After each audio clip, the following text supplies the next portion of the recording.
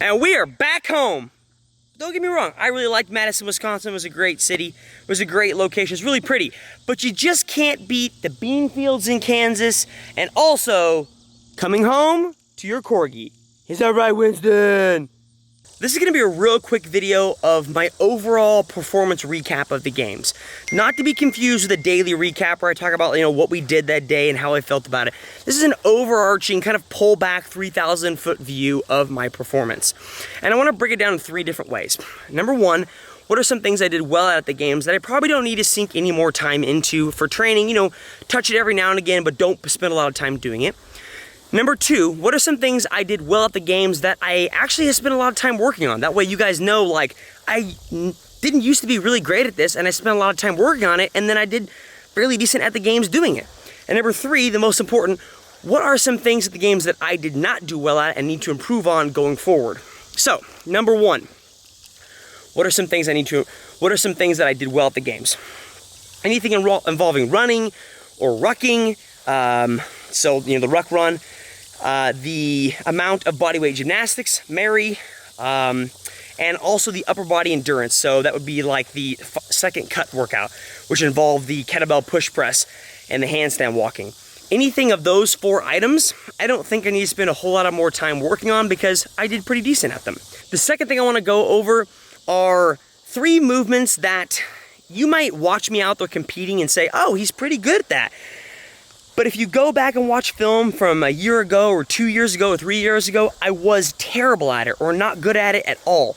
And so these are the 3 things that I'm actually pretty proud of, that I've improved and spent a lot of time hammering down and improving on.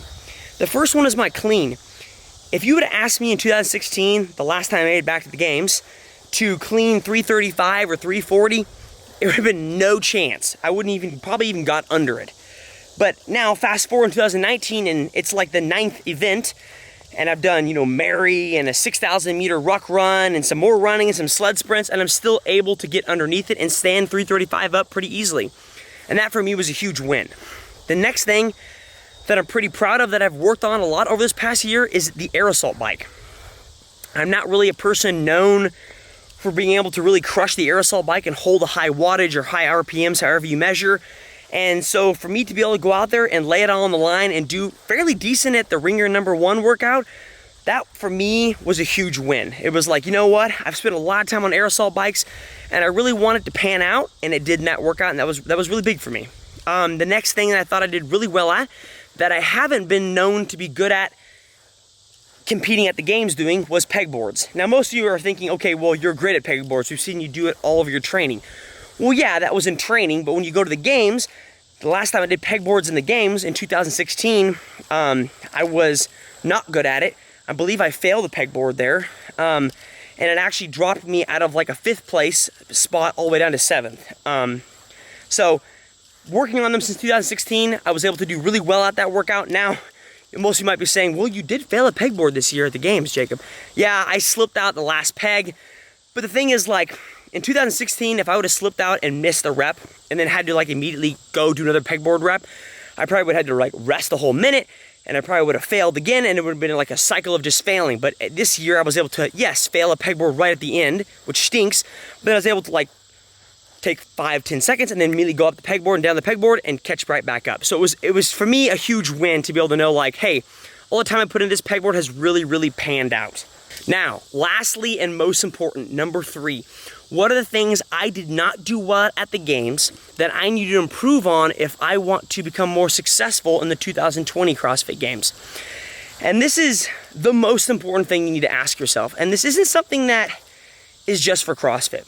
This is something you can apply to everything you do in life. What am I not good at and how do I get better at it? Now, there's a couple ways you can do this and figure it out. You can, ask yourself internally hey, I'm Jacob, what did I not do good at the games? And I would tell myself, well, I didn't do good at this and this. But I also recommend finding someone that you trust, that you're close with, that knows you well, and asking them the question. And telling them, hey, I want you to be really brutally honest with me and let me know what it is. And for me, that person is my wife. And so when I ask her, hey, Kelly, what did I not do well at the games this year? She's usually, it's painful to hear. It's painful to hear, well, you didn't do well at this, you didn't do well at that. But it's good to hear. It's good to have that extra voice telling you, hey, you didn't do well at this at the games, you need to fix it. You were really slow here, like you need to fix that. And it hurts a little bit, but at the same time, it's good to know that, because if you can improve on it, then hopefully you can be better next year. So let's go real briefly into the things that I did not do well at the games this year. Number one was sprinting. I played college football, and you ask yourself, well, you're a collegiate football player. You should be good at sprinting and changing direction. I wasn't good at it then, and I'm not good at it now. I haven't really focused on it too much or made it a huge priority. We've done some sprint training, don't get me wrong, but not a whole lot. And so that's gonna obviously change this year. Because this year at the games, when we had the sprint workout, that was the huge event that cut from 20 people to 10 people.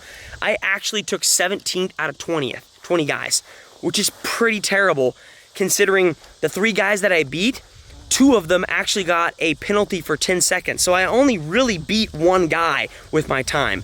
And that's pretty bad for being a previous collegiate football player. So that's something we're gonna try and improve on. The next thing, number 2, is swimming. I've never been a great swimmer. It's something I struggle with. It's something that's, honestly, it's really hard to find time to go do. It's hard to drive to a pool that's like 30 minutes away when the gym is only 15 minutes away. It's easy to just be like, I don't want to wake up early and go swimming because I'd rather sleep in. And that's something that I've done. Like, I'm admitting, like, I did that a lot. And so it's now something where I need to be held accountable and go out and fix my swimming and go out and spend time doing that. You know, even if it's just 30 minutes in a pool a couple times a week, I need to spend time doing that because I'm not improving or getting better by just skipping those sessions. The swimming this year, the reason I didn't do well at it was because it was a long distance. Like 1,000 meters for me in the water is really stinking far.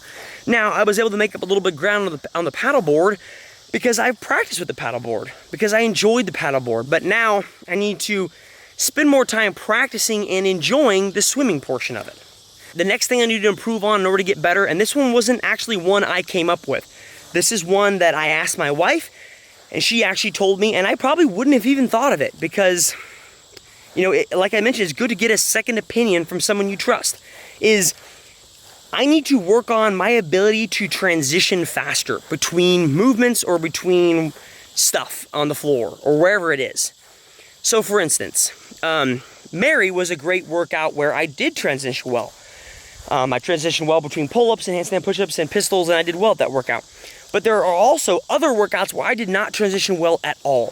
So for instance, in the Pegboard, double under, and then like the 80-pound dumbbell workout, I believe it was event number 6, I did not transition well in that workout. You know, I walked between things, I looked tired, I was tired, I didn't transition well. Like from the dumbbell, when I moved it forward, I should have at least somewhat jogged back to the pegboard instead of like plodding along, chalking up, taking my jolly good sweet time. So that's one area I can fix, is transitioning in that workout. And then, you know, even in the workout with the final workout, the standard, I transitioned pretty slow between like muscle up rings. And so transitioning between movements is something that's pretty easy to work on. And that's something I need to improve on going forward if I want to do better in the sport. Is I need to work on, hey, I'm done with this movement, I need to move on to the next one. And yes, I realize I might need a little bit of rest between it, but I don't need to overextend my rest and take more than is necessary.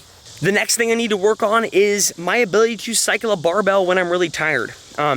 It's not something that I practice often, especially when it comes to the clean and jerk and the snatch. And that became pretty apparent in the final workout, the standard. I am totally cool doing singles on power clean and jerk for 30. But you know, by the time I get to 30, you're really not super exhausted. But then by the time you finish the 30 muscle ups, the 30 clean and jerks, and then the 30 muscle ups, you're at a pretty high exhaustion level. And you can tell that if you go back and watch my 30 snatches. I just took forever. I was lollygagging, I was lackadaisical, I was taking my time. And so I really need to work on my ability to cycle moderately, light to moderate weight barbells for like a clean and jerk and a snatch when I'm tired, you know. And what I mean by that is, you know, the 30 clean and jerks in the beginning were easy because my heart rate wasn't really spiked. I wasn't tired yet. But when you got to the final end of the workout, then you really noticed, wow, that's really slow. You should pick it up a little faster, and he's really not. And that's where I really need to work on, is at the end of a workout, when I'm tired, how do I cycle a barbell? Now, of course, there are other things I need to work on in order to become a better CrossFitter that we didn't test at the games. So it's not like these are the 3 or 4 items I'm gonna work on and I'm not gonna work on anything else. So for instance, like I still need to really work on my snatch. I am not the heaviest snatcher in the group by a long shot. And that's still something that I need to work on. It wasn't tested at the games, but just because it wasn't tested this year doesn't mean it's not gonna be in the open, or it's not gonna be in the sanctionals, or it's not gonna be in the 2020 games. And so that's still something high on my priority list I need to work on. And the same can be said for my clean and jerk. And the same can be said for pretty much any of my 1 rep maxes, if I'm being honest with you. And now the most important part is where you come in. Was the list I gave comprehensive? Did I cover all the things I'm not good at? If I didn't, if you think I missed some items, put them down below. I'll gladly read it, consider it, and if you're right, and I totally forgot about it, I'll definitely get involved in my training. Anyways, guys, I appreciate you guys watching. Let me down below if I missed anything out or left anything out. Thanks for watching, guys. We'll catch you guys later. See ya!